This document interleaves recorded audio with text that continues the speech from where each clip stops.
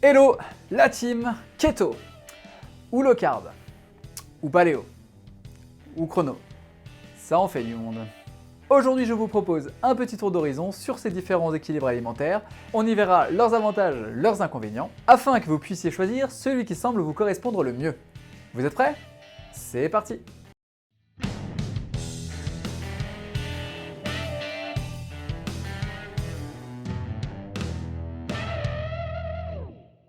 On me demande parfois si le régime keto est le seul qui fonctionne. Et ma réponse est simple. Absolument pas. C'est juste que c'est le meilleur. Je plaisante. Quoique. Il existe quelques alternatives, dont certaines que je vais vous présenter ici. Et honnêtement, tant que la guerre est déclarée au sucre, personnellement ça me va très bien. Passons aux choses sérieuses. L'alimentation keto. Bon, pour les anciens, vous n'allez rien découvrir, mais ça vous servira de redite. Après tout, la répétition est mère d'apprentissage. Du coup, en un mot, il s'agit très grossièrement de rééquilibrer ses macros afin de passer d'une alimentation riche en glucides à une alimentation riche en lipides. Et restreinte en glucides évidemment. Lorsque l'objectif poursuivi est la perte de poids, il s'agit de faire bénéficier au corps d'un certain état, l'acétose, permettant in fine de l'habituer à recourir aux graisses exogènes et endogènes, afin de permettre très schématiquement de déstocker nos réserves par la dégradation des triglycérides. What? Bye bye le gras du bide et autres poignées d'amour. Pour ce qui est des avantages et des inconvénients, je vous invite à regarder ma vidéo sur le sujet. Mais rapidement, pour les avantages, on peut citer, comme je l'ai fait alors, une perte de poids rapide et durable, une sensation de mieux-être physique et cognitive, l'élimination de la frustration gustative et psychologique, le sevrage du sucre et une sensation de satiété durable, l'absence de carence, un équilibre alimentaire adapté à la pratique sportive et qui participe d'ailleurs à la protection de la masse musculaire, une réduction des risques de développer certaines maladies comme le diabète, le cancer, la maladie d'Alzheimer et même les problèmes cardiovasculaires, et tous ces avantages fonctionnant plus ou moins à tout âge. Pour les inconvénients, ça coûte plus cher de bien manger. Certains aliments comme les avocats, les noix, le saumon, les bonnes viandes, c'est pas donné. Il faut vraiment aimer le gras. Autant pour les aficionados de la nourriture grasse, ce régime est un pur bonheur, j'en sais quelque chose, autant si c'est pas le cas, il vaut mieux reconsidérer la question. Il peut être contraignant si suivi de manière stricte. On peut vite s'y perdre et faire des bêtises. C'est pour ça que ça peut être intéressant d'être suivi par une espèce de, une espèce de coach, quelqu'un qui pourrait vous aiguiller au quotidien, et vous assurer une sorte de perte rapide et régulière, mais où le trouver? Passons au régime low carb maintenant. Alors globalement, on rejoint un peu l'idée de la diète keto. D'ailleurs, les deux sont souvent confondus. Dans le sens où, ici aussi, l'idée c'est de réduire au maximum les glucides sans nécessairement les compenser par un apport en lipides. Si compensation, on va plutôt la chercher du côté des protéines. Pour les avantages, ça va donc ressembler en partie à ce cité précédemment. Perte de poids rapide et potentiellement durable, sensation de mieux-être physique et psychologique, sevrage du sucre et satiété durable, pas de carence, réduction des risques de développer certaines maladies, et il requiert même moins de connaissances que dans le cadre d'un régime cétogène. En revanche, au niveau gustatif, on a moins de marge de manœuvre.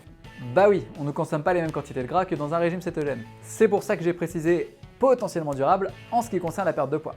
Car tenir ce régime à long terme est un peu moins facile et requiert un peu plus de volonté.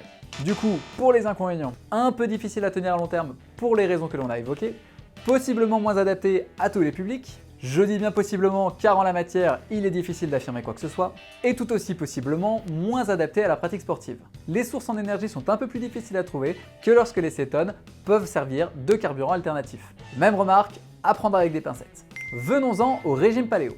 Alors, le régime paléo consiste en gros à se tourner vers une alimentation vue comme ancestrale, d'où le paléo pour le paléolithique. Les adeptes de ce régime alimentaire auront donc tendance à se tourner vers des aliments provenant de la chasse, de la pêche et de la cueillette. Ils se nourriront alors principalement de viande, de poisson, d'œufs, de légumes et de fruits. Selon les exceptions, les oléagineux et les graines seront aussi consommés, mais pas les céréales. Pour les avantages, on peut retrouver une alimentation beaucoup plus saine, pas d'industriel, pas de plat tout fait, bref, pas de saloperie. A priori, pas de carence. En même temps, en quoi est-ce que manger des frites et boire des bières permet d'obtenir des apports indispensables au corps humain? Désolé à tous mes amis belges pour cette remarque. Et la réduction des risques de santé liés à une alimentation industrielle. En inconvénient, c'est un peu plus cher. Mais bon, tout comme pour le keto, j'aurais tendance à penser que c'est un mauvais raisonnement. Ce que vous payez maintenant, vous le faites pour obtenir une qualité de vie largement supérieure. Et vous ferez probablement de sacrées économies sur vos soins de santé à long terme. Au-delà du coût, cette alimentation requiert une certaine rigueur, elle apporte moins de flexibilité alimentaire qu'un régime keto ou low carb, et il est aussi plus difficile de consommer du calcium, car moins de produits laitiers. Enfin, voyons ensemble la chrononutrition. Alors là, on est dans une logique totalement différente. Le quoi importe moins que le quand. L'idée, c'est d'adapter notre nutrition au processus métabolique naturel de notre organisme, qui, selon le moment de la journée, n'obéit pas aux mêmes règles. Le corps ne cesse de changer de cycle tout au long de la journée en somme, et ne sécrète pas les mêmes hormones et les mêmes enzymes au même moment. Il faut donc adapter son alimentation en conséquence. On parle de biochronologie, car il s'agit d'optimiser l'apport en nutriments en fonction du rythme métabolique. Les avantages: au-delà des impératifs temporels, peu de restrictions au programme. Il y en a quand même quelques-unes, comme les produits laitiers réputés peu digestes.